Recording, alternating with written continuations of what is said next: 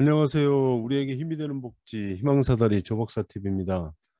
이번 시간에는 생계급여 부양 의무자 기준 60년 만에 폐지에 대해서 주무부처인 보건복지부 보도 자료를 통해서 정확하게 확인해 보도록 하겠습니다.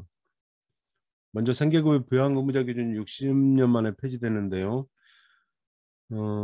저소득층 생계 지원을 부양가족 중심에서 국가 책임으로 전환했다는데 의미가 있겠습니다. 그러면 구체적으로 살펴보겠습니다. 부양가족 중심에서 국가 책임으로 변하는 데 의미가 있다. 그러면 생계급여에 대해서 이제 확인을 해봐야 되겠는데요. 국민기초생활보장법 제1조 목적에 생활이 어려운 사람에게 필요한 급여를 실시해서 이들의 최저생활을 보장하고 자활을 돕는 것을 목적으로 하고 있습니다. 그래서 생계급여, 뭐 의료급여, 주거급여, 교육급여 이렇게 뭐 여러 가지로 나눠지는데요.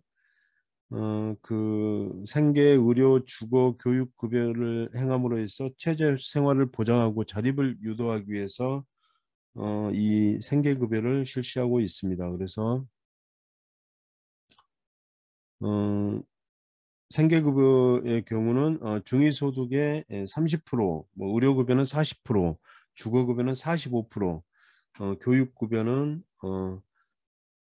50%로 다 다른데요. 그 산정 기준이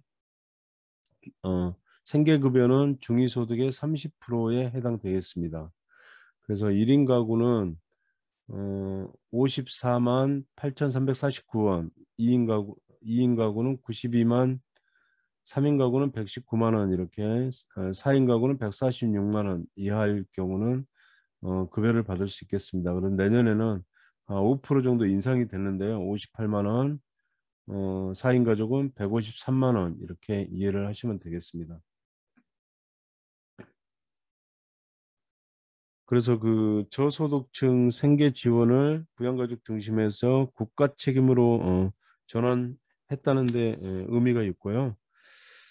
그 이 제도를 시행함으로 해서 한 23만 명이 혜택을 받을 것으로 예상이 됩니다. 23만 명 정도가 추가로 생계급여를 받을 수 있으니까요. 시군구청이나 읍면동 주민센터, 보건복지부 상담센터 129를 통해서 어, 문의하시고 신청을 하시면은 되겠습니다. 그러나 그 생계급여를 신청하더라도 부모 또는 자녀 가구가 연소득 1억 원을 초과하는 고소득자거나 9억 원을 초과하는 재산을 소유하고 있는 경우는 생계급여에서 제외됩니다. 그래서 어, 생계급여 부양 의무자 기준 60년 만에 폐지 이 의미는 뭐냐면 생계급여 부양 의무자 기준의 단계적 폐지는 저소득 즉 생계 지원을 부양가족 중심에서 국가 책임으로 전환한다는 데 의미가 있습니다. 그러니까 그동안에는 부양가족 책임 중심이었는데 지금은 국가 책임 우선주의로 바뀌었다는 거죠. 그래서 그동안 생활이 어려워도 생계급여를 받지 못했던 분들이 수급자로 책정이 돼서 빈곤의 사각지대를 해소하는데 크게 기여할 것으로 기대되고 있습니다. 그래서 내년도에도 5.02%를 인상을 했고요. 음, 보다 자세한 내용이 궁금하면 보건복지부 상담센터 국번 없이 129번 읍면동 주민센터에 문의를 하시면 됩니다. 방금 제가 설명드린 내용 여기에 나와 있고요. 그러면 최근 급여 수급자 현황은 어, 올해 8월 말 현재 231만 명 정도가 혜택을 받고 있고요. 그 기초생활보장제도는 이제 부양 의무자 기준이 있었는데 그동안에는 소득만 보지 않고 부양 의무자 기준을 봐왔다는 겁니다. 그래서 동시 이 요건이 충족된 저소득층 수급권자에 대해서 혜택이 되고요. 수급자는 부양 의무자가 없거나 부양 의무자가 있어도 부양 능력이 없거나 부양을 받을 수 있는 받을 수 없는 자라야 됐거든요. 그래서 수급권자는 그냥 혜택을 보는 사람은 1초 이내의 직계 혈족 및 그 배우자입니다. 그래서 직계 혈족의 사망한 1초 내 직계 혈족의 배우자는 제외되는데 아들, 딸이 사망할 경우 며느리나 사위는 부양 의무자 범위에서 제외됐다는 얘기고요. 소득 기준과 재산 모두 충족 시 수급이 가능했고요. 그래서 폐지 사례를 구체적으로 살펴보면은요.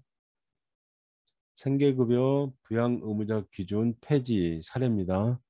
만성질환자 53세 독거 가구가 생계급여 부양 의무자 기준이 이제 적용되는데 적용 제외되는데 사례를 살펴보겠습니다. 세대가 분리된 24세 자녀가 있는 만성질환 53세 독거 가구를 사례입니다. 홀로 거주하는 53세는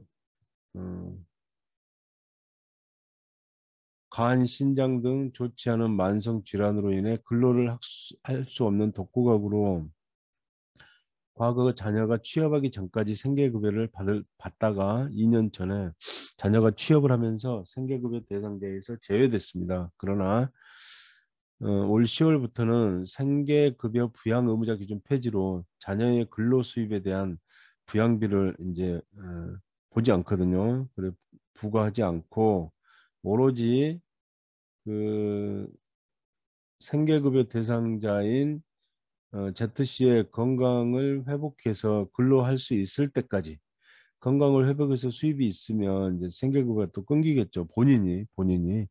그래서 생계급여를 다시 수급할 수 있을 것으로 예상됩니다. 그래서 많은 사람들이 23만 명 정도가 더 혜택을 볼 것으로 예상되니까요. 그동안의 부양 의무자 기준 때문에 신청을 망설이거나 탈락하신 분들은 지금 바로 즉시 주민센터에 신청을 하시기 바랍니다. 지금까지 제 얘기를 경청해 주셔서 너무 감사하고요. 좋아요, 구독, 알람 설정 해주시면은 앞으로 새로운 소식을 꾸준히 빠르게 지속적으로 공유하도록 하겠습니다. 감사합니다.